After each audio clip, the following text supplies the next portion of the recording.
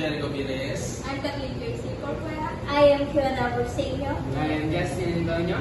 And today we're going to demonstrate on how to perform PMS or cleaning process on air conditioning unit. I wanted this love to survive. Now when I look in your heart. Okay, we will start on our preventive maintenance system. As you can see, medyo marumi na yung ating air conditioning unit. So, medyo may mga risk na yan ng pwede mag-consume ng more electricity. Meron ding health risk. So, ang una natin gagawin dyan is tatanggalin natin yung mga screws na nakapaloob sa kanya. Tapos, alisin din natin yan, yung mga air filters. Kita nyo, punong-puno na yan ng dust yung ating air filters. So, ano nga bang importance ng PMS sa ating air conditioning unit?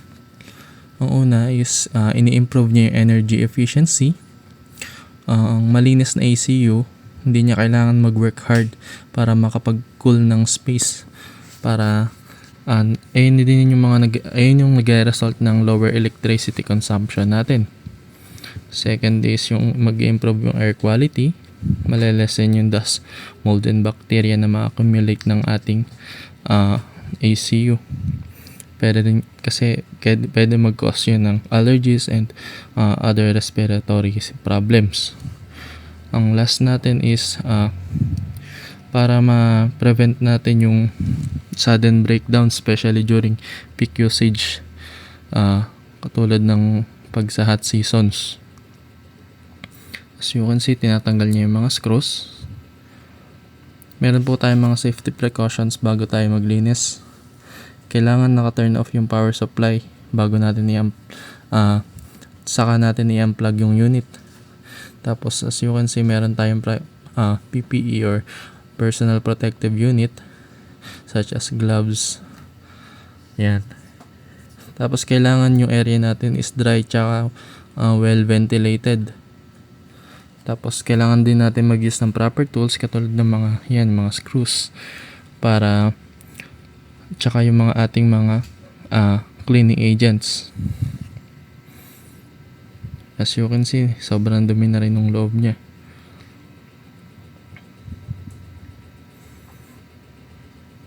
Ayan. So nakikita nyo, tinatanggal na yung mga screws sa ating mga fan motors. Dahil mamaya is babalutan natin yan ng plastic dahil yung unit na to is bawal mabasa yung fan motor niya. So kailangan cautious tayo dyan.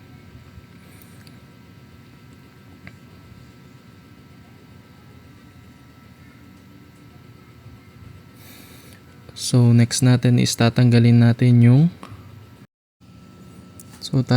po natin yung control box dahil nandyan yung mga important wires na nakapaloob sa ating AC unit na bawal mabasa. As you can see, kailangan natin tanggalin yung mga sensors. Yan. Pagkatapos ng screw, hugutin na. So kailangan mga procedure dyan is kailangan nating ma-remove yung top casing, yan yung mga front panel. Kailangan din nating alisin yung mga air filter, yan. So yan, tatanggalin na natin yung mga wires.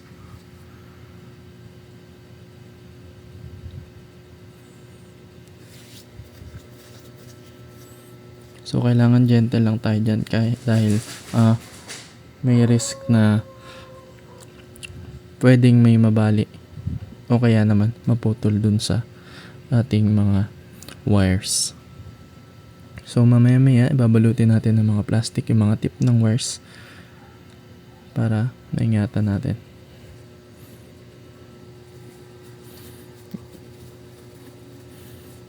So next naman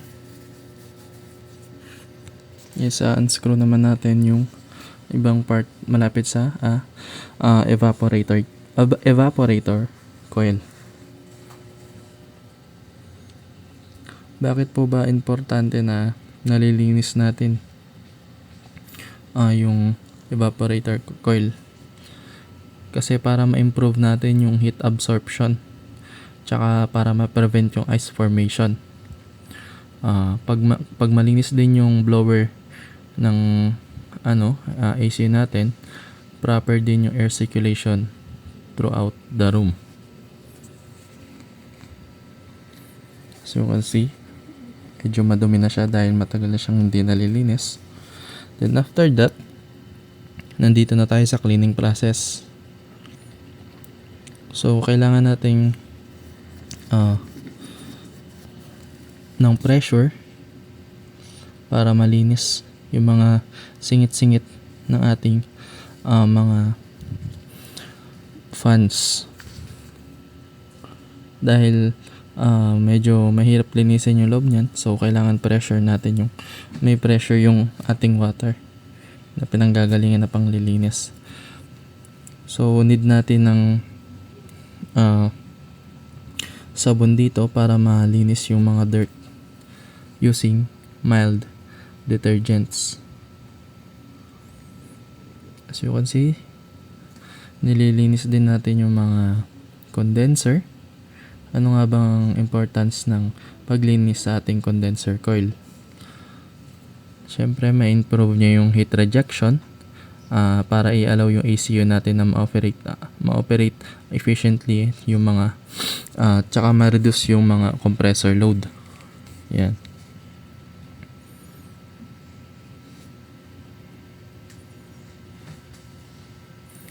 Linisin lang natin maigi yung mga fans.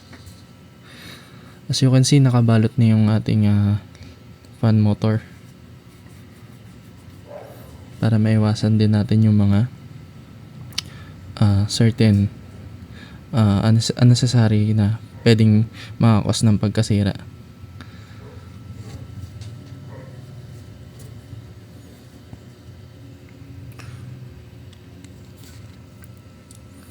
Kailangan natin ma-blow na malinis ng maayos yung mga fans tsaka yung mga singit-singit ng mild detergent soap o kaya naman yung mga dishwashing soap, pwede rin para lang maalis yung mga dirt dahil meron kasi mga dirt na hindi basta-basta naaalis. Tsaka yung mga kadalasan meron din silang odor, so yung makakatulong sa atin is yung soap mismo. Bali yung ginamit namin dito na panglinis is yung parang may pressurize siya. Yung pwede rin gamitin sa mga pang spray sa mga sa mga halaman, pang repellent sa mga pang spray ng repellent sa mga bugs. So hinaluan na lang namin siya ng liquid detergent para mapabilis yung paglinis, pag-apply ng mga sabon sa bawat parts ng ating air conditioning unit.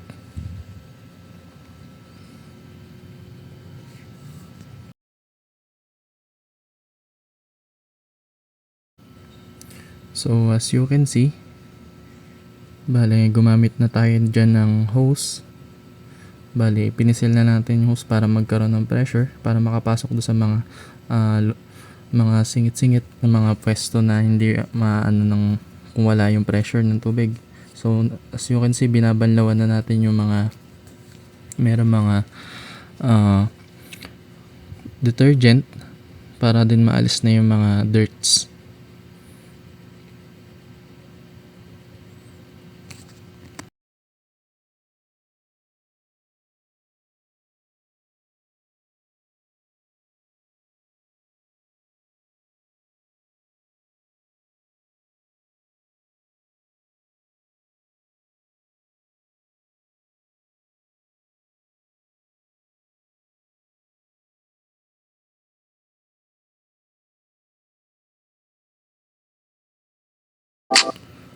So importante rin na nire-rinse natin carefully yung ating mga parts dahil para ma-avoid natin yung mga some electrical parts na madamay.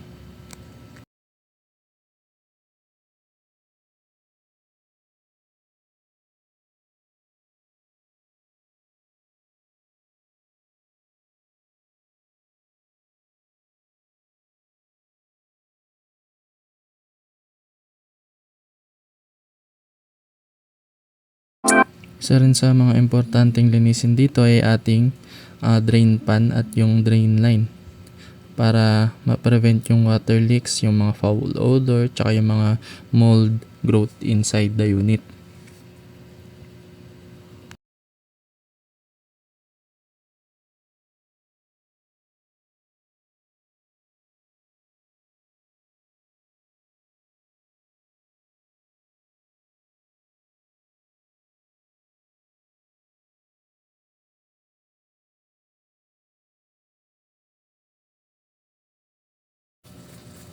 So next part naman natin na lilinisin is yung ating air filter. Bakit nga ba napakahalaga na linisin ang ating air filter?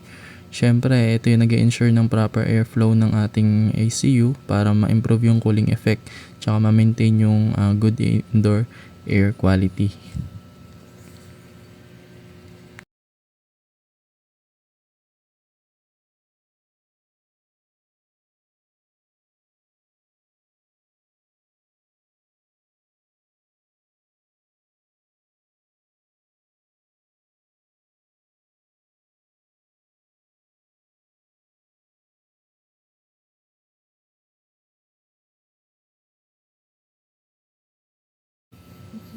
So after lahat ng yan, i-final inspection na natin siya. Then after matuyo, ma-dried ng properly, i-reassembly naman natin siya. Then i-check natin kung may mga loose na connections. Ayan. Then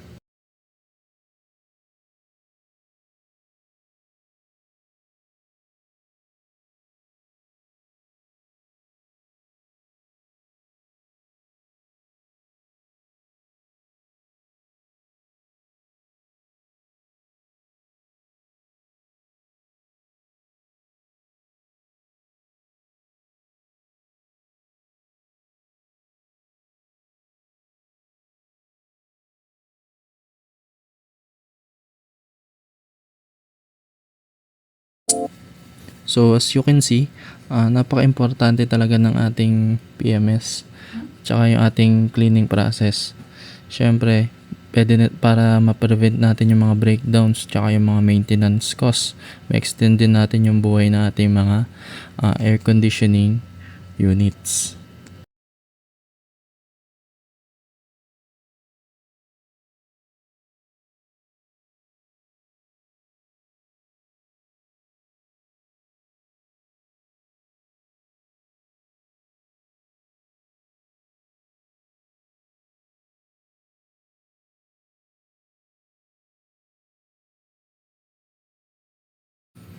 So that's all for our video. Thank you for listening.